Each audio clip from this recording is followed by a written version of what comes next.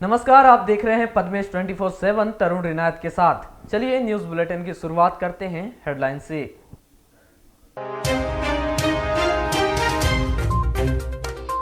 मंगलवार को सिवनी कैंप भरवेली नहर में साफ सफाई के दौरान मधुमक्खी के हमले से घायल एक व्यक्ति की हुई मौत।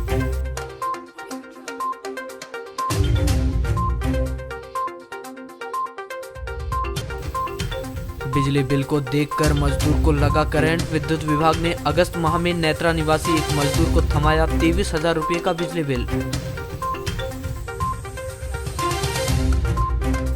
प्रधानमंत्री आवास योजना के नाम पर चल रहा पार्टीवाद। अपात्र हितग्राही को पात्र बनाकर दिया जा रहा पीएम आवास योजना का लाभ। तहसीलदार से फर्जी सील साइन कर बनाया गया गरीबी रेखा का राशन कार्ड। ग्रामीणों से वसूले गए पैसे। इंक्वायरी करने पर हुआ खुलासा। आजाद अध्यापक शिक्षक संघ की 9वें दिन भी जारी रही अनिश्चितकालीन हड़ताल। कांग्रेसियों ने हड़ताली शिक्षकों को दिया समर्थन। लालपरा नगर मुख्यालय की ग्राम पंचायत पांडरवानी के अंतर्गत आने वाले आमाटोला व पांडरवानी के बीच स्थित नहर के समीप मृत मवेशियों के शवों का चीरफाड़ करने के लिए शासन के द्वारा समाज विशेष को उपलब्ध कराई गई भूमि अब वहां पर निवासरत लोगों के लिए परेशानियों का कारण बन रही है। आपको बताएं कि ग्राम पंचायत पांडरवानी के अंतर्गत आने वाले ग्राम आमाटोला एवं पांडरवानी के बीच स्थित नहर के समीप मृत मवेशियों के शवों की चीरफाड़ करने के लिए शासन के द्वारा विशेष जाति समुदाय को स्थान आवंटित विगत वर्षों की गई थी, परंतु उक्त स्थान के समीप नल जल योजना की पानी टंकी, शासकीय सीनियर बालिका छात्रावास भवन का निर्माण एवं मकानों का निर्माण हो चुका है, जिसके बावजूद भी समाज विशेष के व्यक्तियों के द्वारा मृत मवेशियों को उसी स्थान पर ले जाकर उसके चमड़े निकालकर उसे उसी स्थान पर छोड़ दिया जाता है, जिसके कारण मृत मवेशियों के अवशेषों की दुर्गंध आने से समीप निवासरत लोगों को खासी परेशानियों का सामना करना पड़ रहा है एवं लोग बीमार भी हो रहे हैं। साथ ही विभिन्न प्रकार की बीमारी होने का अंदेशा भी बना रहता है। पूर्व में निवासरत लोगों द्वारा स्थानीय व जिला प्रशासन को ज्ञापन सौंपकर शासकीय सीनियर बालिका छात्रावास के समीप स्थित मृत मवेशियों के चीरफाड़ करने के स्थान को परिवर्तित किए जाने की मांग की गई थी, परंतु इसे नहीं हटाया गया, जिसके कारण निवासरत लोगों में शासन प्रशासन के खिलाफ आक्रोश व्याप्त हो गया है। वहीं पद्मेश 24/7 से चर्चा के दौरान वार्ड नंबर 1 पांडरवानी निवासी श्रीमती अनीसा खान ने बताया कि मकान की कुछ दूरी पर रोड किनारे मृत मवेशियों को चीरफाड़ कर चमड़े निकालकर उसके अवशेष को उसी स्थान पर छोड़ दिया जाता है, जिसकी असहनीय दुर्गंध से लोग बीमार हो गए हैं और घरों के अंदर से बाहर निकलना तक दूभर सा हो गया है। इसलिए शासन प्रशासन से मांग है कि जिस स्थान पर मृत मवेशियों के शवों का चीरफाड़ किया जाता है उसे बंद करवाया जाए। ये सब ढोर फेंक रहे हैं वहाँ ढोर फेंक रहे हैं, उसकी सब हवा में दुर्गंध आती है, बीमार पड़ रहे हैं, डॉक्टर के पास जा रहे हैं बालाघाट। तो स्वास्थ्य पे बुरा असर पड़ रहा है क्या उसका असर बुरा पड़ रहा है ना, बच्चों को भी, सियानों को भी, सबको। चर्चा के दौरान पांडरवानी वार्ड नंबर 1 निवासी उत्तम नागेश्वर ने बताया कि पानी की टंकी एवं शासकीय सीनियर बालिका छात्रावास के समीप विशेष समाज के व्यक्तियों के द्वारा मृत मवेशियों के शवों का चीरफाड़ कर अवशेष छोड़ दिया जाता है, जिसकी दुर्गंध से वार्डवासी व छात्रावास की लड़कियों को खासा परेशानियों का सामना करना पड़ रहा है और दिन भर उक्त स्थानों पर कुत्तों का झुंड बना रहता है, जो मार्ग से गुजरने वाले स्कूली बच्चे व आमजनों के पीछे दौड़ते हैं। साथ ही यह भी बताया कि पानी टंकी का उपयोग आमाटोला, पांडरवानी, रामजी टोला, उदासी टोला, शांति नगर के निवासरत लोग करते हैं, इसलिए रहवासी क्षेत्र में मृत मवेशियों के शव का चीरफाड़ करने वाले स्थान को परिवर्तित किया जाना चाहिए। यहाँ पर लगातार कई वर्षों से यहाँ पे ढोरफोड़ी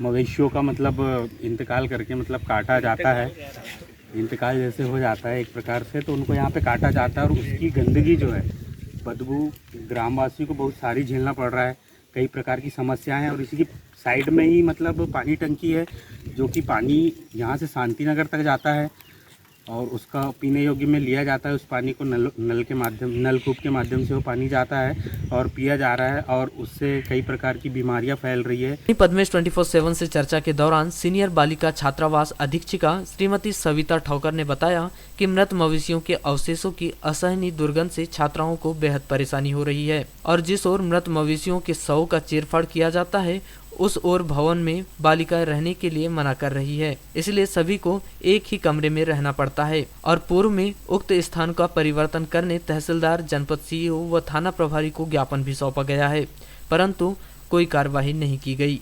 बच्चे खाना खाना मुश्किल हो जाता है, बच्चों को सोना पढ़ना मुश्किल होता है, बाहर निकल नहीं सकते। अंदर कमरे में जो अंदर साइड कमरे के एक साइड के वहीं जब बच्चे जमा हो जाते हैं। ग्राम पंचायत पांडरवानी सरपंच अनीस खान ने बताया कि शासन के द्वारा 100 वर्ष पूर्व मृत मवेशियों के शवों का चीरफाड़ करने के लिए विशेष जाति समुदाय को आमाटोला पांडरवानी के बीच खाली स्थान पर जगह आवंटित की गई थी, परंतु वर्तमान में उक्त स्थान के समीप पानी टंकी का निर्माण, बालिका छात्रावास व मकान बन चुके हैं, किंतु आज भी मृत मवेशियों के शवों का चीरफाड़ वहीं पर किया जा रहा है, जिसकी दुर्गंध से निवासरत लोग परेशान हैं। शासन ने स्थान उपलब्ध करवाई है, इसलिए कलेक्टर महोदय को पत्र लिखकर स्थान परिवर्तन करने की मांग की जाएगी, ताकि दुर्गंध की समस्या से निवासरत लोगों को राहत मिल सके। ये जो है ग्रामीण जनों की मांग आई हुई है और ग्रामीण जनों की जो मांग आई है कि वहाँ पर जो घोरफोड़ी है, चूँकि यह घोरफोड़ी जो है लगभग 100 साल से अधिक हो गया उस जगह पर है। पहले क्या है, लालबरा शहर छोटा था तो वो बहुत एकांत एरिया कहलाता था। हमने उन लोगों से बात की है जो लोग वहाँ ढोर फोड़ी करते हैं, उन्होंने बोला कि ये हमको शासन ने जगह डिसाइड करके दी है और जब तक के शासन नई जगह डिसाइड करके नहीं देगा जब तक के हम यहाँ पर। प्रधानमंत्री आवास योजना में पात्र हितग्राहियों को जानबूझकर अपात्र करने और राजनीति से जुड़े अपात्र व्यक्ति को पात्र बताकर पीएम आवास योजना का लाभ दिलाए जाने का एक मामला सामने आया है, जहां जनपद पंचायत वारासिवनी के ग्राम झालीवाड़ा से आए कुछ ग्रामीणों ने भारतीय जनता पार्टी से जुड़े एक पदाधिकारी व जिला पंचायत सदस्य पति मनोज पिता अनूप चंद टेमरे को प्रधानमंत्री आवास योजना का अवैध रूप से लाभ दिए जाने का आरोप लगाया है। जहां इस पूरे मामले की जांच कर दोषियों पर कार्रवाई करने और प्रधानमंत्री आवास योजना में पात्र हितग्राहियों का चयन किए जाने की मांग को लेकर ग्रामीणों ने जिला पंचायत में एक ज्ञापन सौंपा है। ग्रामीणों ने बताया कि जिला पंचायत सदस्य पति मनोज टेमरे का पक्का मकान है, उनके घर 2 व्हीलर 4 व्हीलर और जेसीबी मशीन भी है, जिनके राजनीतिक दबाव में आकर उन्हें रोजगार सहायक और अन्य अधिकारियों द्वारा प्रधानमंत्री आवास योजना का लाभ दे दिया गया है, जबकि गांव के कई हितग्राही ऐसे भी हैं जिनके पास रहने के लिए मकान तक नहीं है। उन पात्र हितग्राहियों को इस योजना में अपात्र कर दिया गया है, जिन्होंने इस पूरे मामले की जांच कराकर दोषियों पर कार्रवाई किए जाने की मांग की है। मैं जिला पंचायत इसलिए आया था कि हमारे यहाँ जो पीएम आवास में गड़बड़ी की जा रही है, जो कि निंदनीय है। हमारे यहाँ जो जिला पंचायत सदस्य पति श्री मनोज टेमरे के नाम से पीएम आवास जारी हुआ है, जो कि अवैध रूप से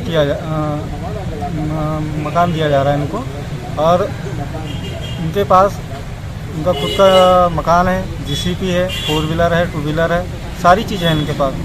फिर भी इसको साइड में रखते हुए पंचायत सचिव, समन्वयक अधिकारी, सहायक सचिव द्वारा इनको 3 किस्त जारी कर दी गई है, जिसकी राशि का आहरण भी कर दिया गया।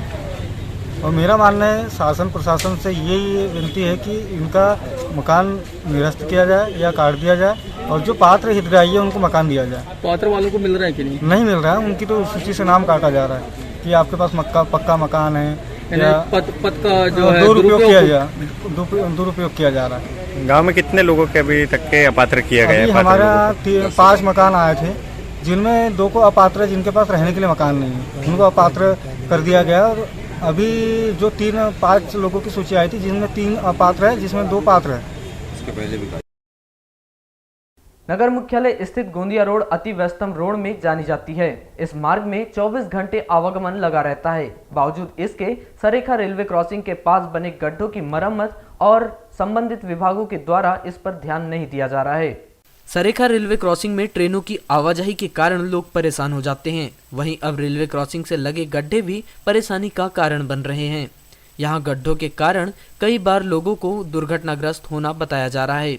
कोई बड़ी घटना उन गड्ढों के कारण न हो जाए, जिसको लेकर लोगों के द्वारा गड्ढों को भरे जाने की मांग की जा रही है। आपको बताएं कि सरेखा रेलवे क्रॉसिंग में ओवरब्रिज निर्माण के लिए भूमि पूजन हो चुका है, लेकिन अभी ओवरब्रिज बनने में काफी समय लगना है। ऐसी स्थिति में अभी आवाजाही के लिए इसी मार्ग का उपयोग होना है। सरेखा रेलवे क्रॉसिंग में ट्रेनों की आवाजाही के दौरान काफी समय तक आवाजाही बाधित रहती है। मालगाड़ी जाने के दौरान काफी लंबे समय तक लोगों को रेलवे क्रॉसिंग में रुकना पड़ता है और जैसे ही गेट खुलता है दोनों ओर से रेलवे क्रॉसिंग से पार होने का दबाव बढ़ता है। ऐसी स्थिति में कई बार दोपहिया वाहन इन गड्ढों के कारण फंस जाते हैं या यूं कहें कि कई बार दुर्घटना होने की स्थिति तक निर्मित हो जाती है। इसलिए रेलवे क्रॉसिंग जैसी जगह में अच्छी सड़क का होना बहुत आवश्यक है। लोगों का कहना है कि रेलवे क्रॉसिंग के पास गड्ढे हो जाने से राहगीरों को बहुत अधिक दिक्कतों का सामना करना पड़ता है। रोड बहुत खराब हो चुकी है, कई बार गाड़ियां गिर जाती है। रेलवे क्रॉसिंग जैसे स्थान में वाहनों की आवाजाही तेजी से होती है, इसलिए यहां गड्ढों को जल्द भरा जाना चाहिए। भविष्य में इन गड्ढों के कारण कोई दुर्घटना न हो, इसलिए इस समस्या का समाधान जल्द किया जाना चाहिए। नगर पालिका के सभापति कमलेश पाचे ने बताया कि सरेखा रेलवे क्रॉसिंग से एक दिन में 20 से 25 बार ट्रेनों का आना जाना होता है। यात्री गाड़ी ही नहीं, मालगाड़ी भी काफी संख्या में जाती है। उन्होंने कहा कि यह सही बात है कि गड्ढा हो जाने से राहगीरों को काफी परेशानियां हो रही है। इसे पीडब्ल्यूडी विभाग को सड़क मरम्मत कराने अवगत करा दिया गया है, लेकिन विभाग द्वारा टाल मटोल रवैया अपनाया जा रहा है। कई बार इन गड्ढों के कारण लोगों को गिरते हुए भी देखा गया है। एक दो बार बच्चों को स्वयं उनके द्वारा जाकर भी उठाया गया है। तकलीफ में यही सर कि गड्ढे बहुत हैं और थोड़ी जब ट्रैफिक होती है तो और ज़्यादा दिक्कत हो जाती है जाने में। जो अपना या तो रोड सही हो जाए या तो फिर ब्रिज बन जाए, मरम्मत करें, दिक्कत ना हो। परेशानी यहाँ सामने में दोनों तरफ रोड खराब है, गड्ढे हैं, काफी परेशानी हो रही है और आने जाने में कई बार गाड़ियां गिर जाती है, पैर हाथ पर टूट जाते हैं। विभाग इस ओर का साफ ध्यान नहीं दे रहा। यहाँ पर फ्लाईओवर होना चाहिए था ताकि मतलब आम जनता आसानी से आ जा सके और शाम और सवेरे टाइम में काफी परेशानी होती है और मालगाड़ी अगर चली गई तो आधा पौन घंटा रास्ता जाम रहता है। परेशानी है कि यहाँ पे दिन में करीबन 20-25 बार ट्रेन आना जाना होता है, ट्रेनों का, मालगाड़ी से लेके यात्री गाड़ी भी। और अभी देखा जा रहा है यहाँ पे काफी दिनों से अच्छा बड़ा गड्ढा हो गया है। गड्ढे के कारण आने जाने राहगीर यात्रियों को बहुत ज्यादा परेशानी हो रही है। इसके लिए हमने नगर पालिका में भी कई बार सूचना दिया गया और मुख्य नगर पालिका अधिकारी को भी सूचित किया गया है कि ये यहाँ पर गड्ढा को भरा जाए, मलमा डाला जाए करके। वहीं इस संबंध में जब हमने संबंधित विभाग पीडब्ल्यूडी के कार्यपालन यंत्री से बात की गई तो उनके द्वारा यह सड़क विकास निगम में आता है बताया गया। जिसके बाद जब हमने सड़क विकास निगम के अधिकारी दीपक आड़े से चर्चा की तो उनके द्वारा सड़क को नेशनल हाईवे में आना बताया गया। जिस प्रकार विभागों के वरिष्ठ अधिकारियों द्वारा इस कार्य को एक दूसरे पर डाला जा रहा है, उसको देखते हुए सरेखा रेलवे क्रॉसिंग के समीप गड्ढों को जल्द भरा जाना संभव दिखाई नहीं दे रहा है। वारासिवनी बालाघाट मार्ग पर ट्रकों की लंबी कतारें होने के कारण जगह जगह अव्यवस्थित रूप से खड़े ट्रक होने के कारण नगर के प्रतिष्ठित शिक्षण संस्था सीएम राइज स्कूल के विद्यार्थियों को परेशानियों का सामना करना पड़ रहा है, जहां दुर्घटना होने की संभावना बनी हुई है। विदित हो कि प्रशिक्षण संस्था के करीब 1100 विद्यार्थी शिक्षा अध्ययन करने के लिए रोजाना नगर के विभिन्न ग्रामों से आना जाना करते हैं। ऐसे में उक्त मार्ग पर यातायात का दबाव होने के साथ ही अव्यवस्थित रूप से खड़े ट्रक होने से उन्हें काफी परेशानियों का सामना करना पड़ रहा है, जिसको लेकर विद्यार्थी सहित शिक्षकों में भारी आक्रोश व्याप्त है और उनके द्वारा लगातार शासन प्रशासन से मांग की जा रही है कि उक्त मार्ग पर ट्रकों की भीड़ खड़ी न होने दी जाए, अन्यथा कभी भी दर्दनाक हादसा घटित हो सकता है, जिससे जान मान की हानि का डर बना हुआ है। यह ट्रकों की लंबी कतारें पीडीएस के धान व चावल गेहूं परिवहन के लिए खड़ी हुई है, क्योंकि वारासिवनी बालाघाट मार्ग स्थित ग्राम वारा के मध्य प्रदेश वेयर हाउस एवं लॉजिस्टिक कॉरपोरेशन का भंडारण गृह है। वहीं नगर में विभिन्न प्राइवेट वेयर हाउस हैं, जहां से धान व चावल का परिवहन करने के लिए उक्त मार्ग पर खड़े ट्रक हैं, जो अपनी बारी का रास्ता देख रहे हैं। ऐसे में विद्यार्थियों व शिक्षकों के द्वारा उक्त मार्ग पर खड़े ट्रक न करने की शासन प्रशासन से मांग की गई है। मैं टीलीबाई उत्कृष्ट विद्यालय में शिक्षक के पद पर कार्यरत हूँ।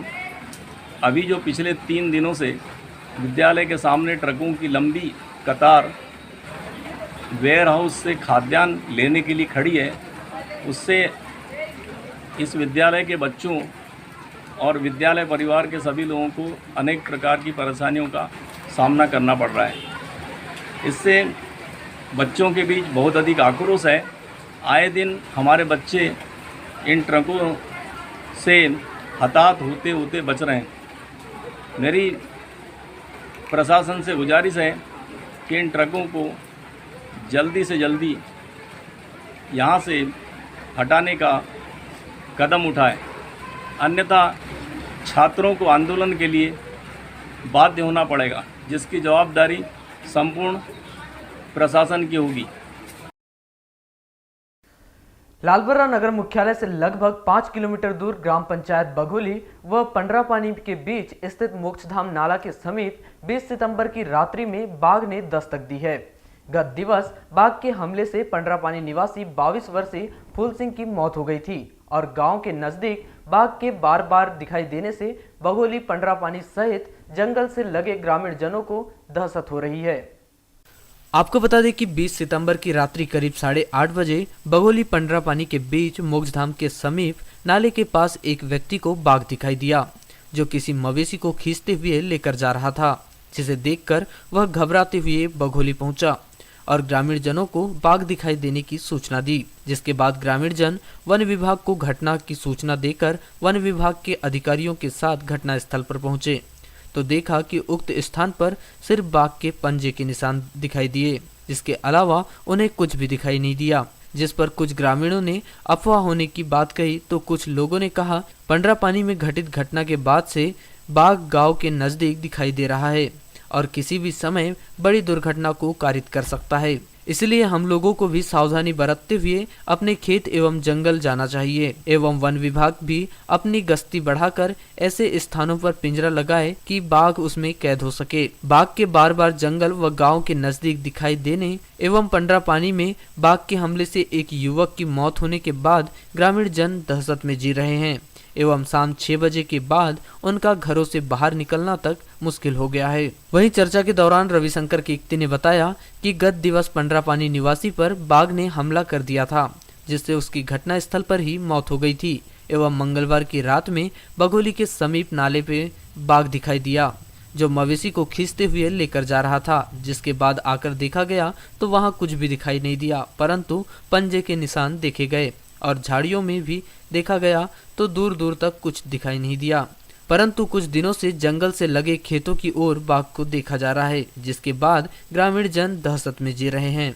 यहाँ पे ऐसा है कि जो 2 लोग जा रहे थे गाड़ी से, गाड़ी वालों ने बोले कि आगे शेर दिखा तो गाय खींचे ले जा रहा था, क्या बताया उनने। उसके बाद में आए पब्लिक 100-150 लोग देखे तो भाग गया था यहाँ से। वो बाघ भाग गया था क्या? हाँ। और गाय वगैरह? गाय भी दिख नहीं पाई। वो क्या उसके बीच में आए थे ना बाद में, तो बहुत देर आए क्या? बहुत देर से आए। कितने समय घटना थी वो? ये 8-8 बजे की। 8:30 बजे की। यानी आप 1-1.5 घंटे बाद आए क्या? हाँ। तो क्या लग रहा है आपको कि गाय को लेके चले गया होगा बाघ? अब यहाँ पे तो दिखाई नहीं दिया, पर अंदर अल्ले जल्ले में डाला होगा तो नहीं दिख पाया। रात में गए थे, तालाब तक के गए थे देखने के लिए। हाँ। तो जैसे बाघ के जो गांव के नजदीक आ रहा है तो किस तरह से माहौल है गांव में? माहौल में अभी तो क्या सब दहशत में है पड़े हुए। तब घर से बाहर नहीं निकलते, खेती बाड़ी जाने वाले भी सोचते हैं कि खेती जाने वाले घास फूट वाले डल रहे हैं थोड़े अभी डल रहे। जैसे आप अभी मवेशी चराने जा रहे हैं तो आप अंदर जा पाते हैं पास? नहीं, पास में चराते हैं हम तो। पास में चराते हैं। दहशत बनी हुई है। क्या होना चाहिए वन विभाग के माध्यम से? मेरे हिसाब से तो क्या पिंजरा विंजरा का इंतजाम करना चाहिए, क्योंकि अभी एक हमला हो गया है तो उससे दहशत पड़ा हुआ है, पब्लिक डल रही है। वहीं चर्चा के दौरान निवासी डॉक्टर दीपक पटले ने बताया कि मंगलवार की रात करीब 8 बजे कौड़िया निवासी पंडरापानी से लालबर्रा की ओर जा रहा था, तभी उसने नाले के पास बाघ को देखा और उसे देखकर घबराते हुए गांव पहुंचा। जिससे हमने पूछा तो उसने बताया कि नाले के पास बाथरूम करने के लिए वह रुका हुआ था। इसी दौरान बाघ गाय को खींचते हुए ले जा रहा था, जो मेरे पर भी हमला कर सकता था, इसलिए तेज रफ्तार से भाग कर आया हूँ। जिसके बाद ग्राम के 100 से 200 व्यक्ति आकर देखे तो वहाँ कुछ भी दिखाई नहीं दिया, परंतु हमें आशंका है कि बाघ के साथ उसके बच्चे भी रह रहे होंगे, जो उसे गाय की तरह दिखाई दिए। परंतु बाघ की दस्तक गांव के नजदीक होने लगी है, जिससे ग्रामीण जनों में दहशत व्याप्त है। कल विगत शाम की घटना है। कौड़िया निवासी एक युवक अपने उस काम से आया हुआ था, इधर ट्रैक्टर या जेसीबी का काम चल रहा है उनका रोड कंस्ट्रक्शन के माध्यम से। तो इधर एक गांव पड़ता है 2 किलोमीटर पंडरा पानी हमारे बघोली से। तो वो शाम को यहाँ से जब जा रहा था तो ये जो नाला पड़ता है यहाँ पर, ये इसको हम बघोली और पंडरा पानी के बीच में का नाला बोलते हैं, मगट्टी नाला। तो ये यहाँ से जा रहा था, तो उस दौरान उसको यहाँ पर बाघ दिखा। तो उस बाघ को देखा उसने, तो वो घबराते हुए वो गया। तो उन्होंने बताया कि वो बाघ एक गाय को पकड़ चुका है। और जब मैं वहाँ रुका, मतलब रुकना था कि मतलब वो बाथरूम करने रुका था, वो मतलब वो बता रहा था। तो बोले मैं जब रुकने वाला था, बोले जैसे ही देखा कि वो बाघ है तो मैं गाड़ी फर्स्ट गियर में दौड़ा करके भागा और वो स्कूल के पास में जा करके बैठ गया। और लोगों ने पूछा उसको कि भैया क्या हो गया, क्यों घबरा हुआ है, क्यों हाँप रहा है। तो वो बोल नहीं पा रहा था, इतनी मतलब उसकी स्थिति ख़राब थी। फिर उन्होंने बताया कि यहाँ पर बाघ है और एक गाँव को पकड़ा हुआ है और मैं वहाँ पर रुक रहा था तो मेरे पर वो दौड़ गया था। ये घटना उसने बताया। तो उस घटना स्थल को देखने के लिए ग्राम के काफ़ी समथिंग 100 से 200 व्यक्ति यहाँ पर आए और यहाँ पर देखा गया। फिर गांव का सरपंच महोदय हमारे, उनको बुलाया गया। तो उन्होंने फिर फॉरेस्ट की टीम को इतला किया था, तो फॉरेस्ट की टीम आई हुई थी। मैं प्रशासन से यही चीज़ की मांग करता हूँ कि यहाँ पर लोग काफ़ी दहशत में हैं, क्योंकि इस हमारे ग्राम से पास में एक पंडरा पानी ग्राम है। यहाँ अभी मतलब समथिंग 1 हफ्ता पहले एक युवक की बाघ के द्वारा हत्या हो गई है। तो यहाँ के काफ़ी लोग डरे समय से हैं और ये यहाँ आसपास के लोगों से बताया भी जा रहा है, गांव के ग्रामीणों से इनके माध्यम से बताया जा रहा है कि ये गांव के आसपास से घूम रहा है, भ्रमण कर रहा है। वहीं दूरभाष पर चर्चा करने के दौरान दक्षिण सामान्य वन परिक्षेत्र अधिकारी हर्षित सक्सेना ने बताया कि मंगलवार की रात में बघोली के समीप बाघ ने गाय का शिकार किया है। उसकी जानकारी मिलने के बाद तत्काल घटनास्थल पहुंचकर खोजबीन की गई, परंतु कहीं भी मृत गाय व बाघ का कोई साक्ष्य नजर नहीं आए और न ही कोई मवेशी मालिक सामने आया कि मेरी गाय नहीं आई है, जिससे ऐसा लग रहा है कि किसी को भ्रम हुआ होगा। परंतु हमारे द्वारा बुधवार को सुबह पुनः जंगल व खेत एरिया का निरीक्षण किया गया, कहीं भी कोई मूवमेंट समझ नहीं आई है। परंतु हमारे द्वारा गश्ती बढ़ाने के साथ ही ग्रामीण जनों से अपील की गई है कि अकेले जंगल की ओर ना जाएं एवं शाम तक घर वापस आ जाएं।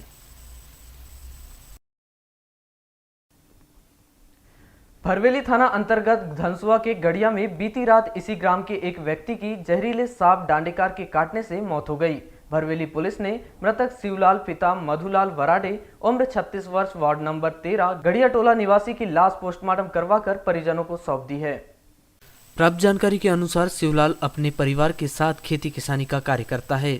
20 सितंबर की रात्रि में शिवलाल अपने परिवार के साथ खाना खाने के बाद अपनी खाट में जाकर सो गया था। रात्रि करीब 3 बजे शिवलाल के दाहिने पैर में डांडीकार सांप ने काट दिया। शिवलाल को सांप काटने का एहसास होने पर उसने पैर से झटका मारा और सांप नीचे गिर गया, जिसे तुरंत ही मार डाला गया। बताया जा रहा है कि शिवलाल का देसी दवा से उपचार किया गया था, किंतु शिवलाल की मौत हो गई। जानकारी के मुताबिक शिवलाल जहां सोया था वहीं दीवार पर एक छोटी सी खिड़की थी और खिड़की के बाहर की दीवार में बड़े बड़े कचरे उगाए थे। संभवतः डांडीकार सांप कचरे से होकर खिड़की में आया और सांप ने खाट में सो रहे शिवलाल के पैर पर काट दिया। इस घटना की रिपोर्ट भरवेली थाना में की गई थी, जहां सहायक उप निरीक्षक जिनेंद्र मिश्रा ने मौके पर पहुंचकर मृतक शिवलाल की लाश बरामद कर जिला अस्पताल में पोस्टमार्टम करवाकर उसके परिजनों को सौंप दिया है और आगे मर्ग कायम कर जाँच की जा रही है। मंगलवार से शुरू हुई बारिश का दौर बुधवार को भी जारी रहा। बुधवार को सुबह से ही रिमझिम बारिश होती रही, वहीं दोपहर रुक रुक कर बारिश की दौर चलता रहा, जिससे आम जनमानस को परेशान होना पड़ा। इससे लोगों के कार्य भी काफी प्रभावित हुए हैं। मंगलवार की रात्रि में लगभग पूरी रात जमकर बारिश हुई, जिसके कारण नगर के विभिन्न जगहों में तालाब जैसी स्थिति निर्मित हो गई। इससे लोगों को भारी परेशानियों का सामना करना पड़ा। मंगलवार की रात्रि लगभग पूरी रात जमकर बारिश हुई, जिसके कारण नगर के विभिन्न जगहों में तालाब जैसी स्थिति निर्मित हो गई है, जिससे लोगों को भारी परेशानियों का सामना करना पड़ा। सुबह उठकर जैसे ही लोगों ने देखा, शहर के चाहे हनुमान चौक की बात करें, दीनदयालपुरम कॉम्प्लेक्स की, बैयर चौकी में, वार्ड नंबर 4, वार्ड नंबर 5, कन्हार टोला की बात करें, तो इन जगहों में काफी पानी भर गया था हनुमान चौक में पानी भर जाने के कारण राहगीरों को बहुत अधिक परेशानियों का सामना करना पड़ा। नगर के अंबेडकर चौक में भी जल भराव देखा गया। इसी तरह दीनदयालपुरम कॉलोनी स्थित कॉम्प्लेक्स में दोनों ओर बहुतायत पानी भर गया था। वहीं नाले फुल बह रहे थे। कॉम्प्लेक्स में इतना अधिक पानी भरा रहा, वह दोपहर तक भी पूरी तरह से नहीं छट पाया, जिसके कारण कई व्यवसायियों को अपनी दुकानें खोलने में बहुत अधिक परेशानी झेलनी पड़ी। कुछ लोगों को इसी वजह से अपने प्रतिष्ठान ही बंद रखना पड़ा। इस दौरान पहले से खड़े चौपहिया वाहन पानी के आधे से अधिक डूब गए, जिससे वाहनों को भी नुकसान होने की संभावना जताई जा रही है। कई लोगों को सुबह के समय अपने बच्चों को स्कूल भेजने गोद में उठाकर पानी से पार करते हुए देखा गया। यदि हम बात जलभराव की कर ही रहे हैं तो बैहर चौकी क्षेत्र में आने वाले कन्हार टोले को तो इसमें शामिल किया ही जाना चाहिए, क्योंकि यहाँ बारिश की स्थिति में तालाब जैसी स्थिति बनने की और घरों में पानी घुसने की समस्या खड़ी हो जाती है। यह समस्या यहाँ रहने वाले लोगों के लिए आम बात हो गई है। बुधवार की सुबह से लेकर दोपहर तक कन्हार टोला में सड़क पर भारी जल जमाव देखा गया, जिसके कारण लोगों को बहुत अधिक परेशान होना पड़ा। साथ ही करीब आधा दर्जन घरों में पानी घुस जाने से लोगों को काफी नुकसान होना बताया जा रहा है। सबसे बड़ी परेशानी ये है कि अगर यहाँ पानी आया तो पूरा नाला और आधा मोहल्ला पैक हो जाएगा, और वो पानी पूरे घरों के अंदर 3-3 फीट 2.5 फीट घर के अंदर घुस जाता है। ये स्थिति हर साल बनती है, तो हर ही साल होता है पानी की दिक्कत यहाँ पे। अच्छा, कितने घर के लोगों में घरों में पानी घुस जाता होगा? हमारे इधर तो कम से कम 5-6 घर के यहाँ है, और इनके यहाँ बाबूजी के यहाँ है। हमारा घर वो उधर पीछे में। कुछ लोगों ने नगर पालिका प्रशासन के खिलाफ नाराजगी व्यक्त करते हुए कहा कि यह समस्या वे लोग पिछले कई वर्षों से देखते आ रहे हैं और हर वर्ष उसी परेशानियों का सामना करना पड़ता है। यहाँ पक्का नाला बन जाए, नाले की चौड़ीकरण हो जाए और पानी निकासी की अच्छी व्यवस्था बना ली जाए तो यह समस्या खड़ी ही नहीं होगी, लेकिन नगर पालिका प्रशासन द्वारा इस समस्या का समाधान नहीं किया जा रहा है। हर बार आश्वासन दिया जाता है, लेकिन उसके बाद भी कुछ नहीं होता। थोड़ा सा कार्य कराकर छोड़ दिया जाता है। जब भी बारिश होती है तो यहाँ के लोग रात के समय चैन से सो भी नहीं पाते हैं और उनके घरों में पानी न घुस जाए, इसकी चिंता बनी रहती है।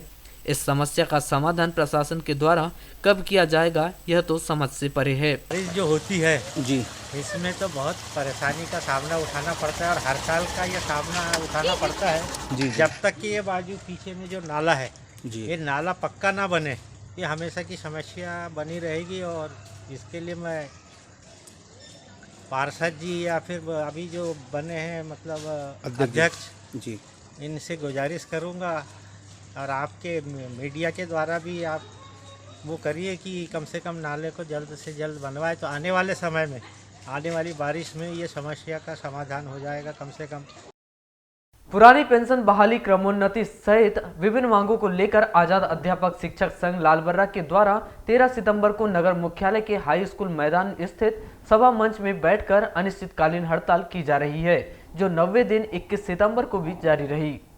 21 सितंबर को जिला पंचायत बालाघाट अध्यक्ष सम्राट सिंह सरस्वार कांग्रेसियों के साथ शिक्षकों के हड़ताल स्थल पहुंचकर उनकी मांगों को जायज बताते हुए कांग्रेस पार्टी का समर्थन दिया और कहा कि वर्ष 2023 में प्रदेश में कांग्रेस की सरकार बनने पर पुरानी पेंशन बहाली, क्रमोन्नति, पदोन्नति सहित सारे लंबित मांगों को पूरा करने की बात कही। जिला पंचायत बालाघाट अध्यक्ष सम्राट सिंह सरस्वार ने कहा कि शिक्षक एक ऐसी कड़ी है जो हमारे देश के बच्चों को शिक्षा देकर उनका भविष्य बनाती है, परंतु आज उन्हें अपनी मांगों के लिए अनिश्चितकालीन हड़ताल करनी पड़ रही है। भाजपा के शासनकाल में जो सबसे दुर्भाग्य की बात है, क्योंकि भाजपा सरकार बड़े बड़े वादे तो करती है परंतु उसे पूरा नहीं करती और 9 दिनों से हड़ताल में बैठे शिक्षकों की मांग की सुध तक नहीं ली जा रही है, जो कि गलत है। श्री सरस्वार ने आगे कहा कि शिक्षकों के हड़ताल को कांग्रेस पार्टी का पूरा समर्थन है एवं वर्ष 2023 में प्रदेश की सरकार बनने पर शिक्षकों की सारी लंबित मांगों को पूर्ण करवाने का प्रयास किया जाएगा। विदित हो कि 13 सितंबर से आजाद अध्यापक शिक्षक संघ के बैनर तले पुरानी पेंशन बहाली, क्रमोन्नति, पदोन्नति सहित अन्य मांगों को लेकर शिक्षकों के द्वारा अनिश्चितकालीन हड़ताल की जा रही है, जिससे शासकीय स्कूलों की शिक्षण व्यवस्था प्रभावित हो चुकी है और ऐसी स्थिति में जिन विद्यालयों में नियमित शिक्षक व अतिथि शिक्षक नहीं है, ऐसे स्कूल में ताले लटके देखे जा सकते हैं। और विगत 9 दिन से स्कूली बच्चों की पढ़ाई प्रभावित होने से त्रैमासिक परीक्षा परिणाम पर भी असर पड़ेगा। जिन गरीब मजदूर लोगों के यहाँ हर माह 100 रुपए तक बिजली बिल ही आता है और वहाँ अचानक हजारों रुपये के बिजली बिल आ जाएं तो उन लोगों पर बिजली का करंट सा लग जाता है और उसके बाद उन्हें न्याय नहीं मिलने पर मानसिक परेशानियों के दौर से गुजरना पड़ता है। ऐसा ही वाकया जिला मुख्यालय से 8 किलोमीटर की दूरी पर स्थित ग्राम नेत्रा में सामने आया है। नेत्रा निवासी भोजलाल को अगस्त माह में 23,000 रुपए का बिजली बिल आया है। यह बिजली बिल देखकर वह चिंता में पड़ गया कि इतनी बड़ी राशि वह जमा करने में पूरी तरह असक्षम है। ऐसी स्थिति में घर की बिजली कटेगी और उन्हें बिना लाइट के अंधेरे में गुजारा करना पड़ेगा। ग्राम नेत्रा निवासी भोजलाल जनपद सदस्य अमित लिल्हारे के साथ कलेक्टर कार्यालय पहुंचे, जहां उन्होंने जिला प्रशासन के वरिष्ठ अधिकारियों को अपनी समस्या आवेदन सौंपकर बताते हुए जल्द से जल्द निराकरण किए जाने की मांग की गई, ताकि बिल को देखकर उनमें जो मानसिक तनाव उत्पन्न हो गया है वह समाप्त हो जाए। वहीं पद्मेश 24/7 से चर्चा के दौरान नेत्रा निवासी ग्रामीण भोजलाल ने बताया कि वह मजदूरी का कार्य करता है। उसके घर में 4 बल्ब और 1 मोटर जलती है। उन्हें 100 रुपए बिजली बिल आता था। जुलाई माह में 4,000 रुपए बिजली बिल आया था, जिसमें उन्होंने 2,000 रुपए बिजली बिल पे किया था, तो वहीं 2,000 रुपये जमा करना बाकी था। इतने अधिक बिजली बिल का भुगतान करने में वे असक्षम हैं। आज तक इतना कभी बिजली बिल नहीं आया है। इसका आवेदन विद्युत विभाग में भी जमा कर दिया गया है। बिजली बिल सुधार किया जाए, यही जिला प्रशासन से उनके द्वारा मांग की जा रही है। इलेक्ट्रिक का बिल के बारे में कितना आ गया? 3500। हाँ, नहीं 35,000 23,000। 23,000। हाँ। लाइट बिल आ गया। हाँ, राइट। ये कितने माह का है? ये 8 महीने का। 8 मतलब ये अगस्त का 8वां महीने का है ना, अगस्त का बिल है। 7वां महीने में 4,000 आया था, 2,000 पटा दिया हूँ और मैंने कहा 8वां में पूरे पटा दूंगा। अच्छा, तो 23,000 आ गए।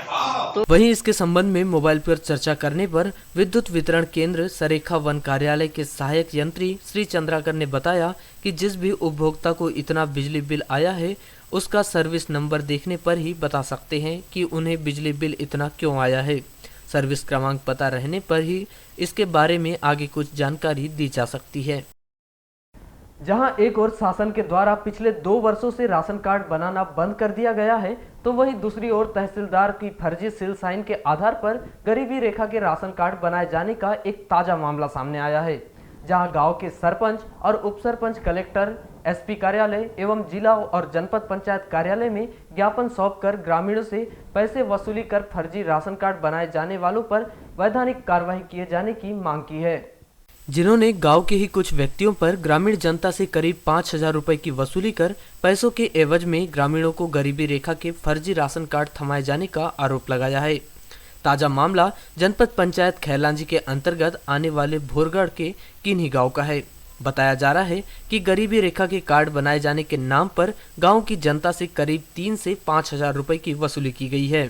वही पैसे लेकर उन्हें गरीबी रेखा के फर्जी राशन कार्ड थमा दिए गए हैं, जिस राशन कार्ड में न सिर्फ तहसीलदार की सील साइन लगाई गई है बल्कि तहसीलदार के भी फर्जी हस्ताक्षर किए गए हैं।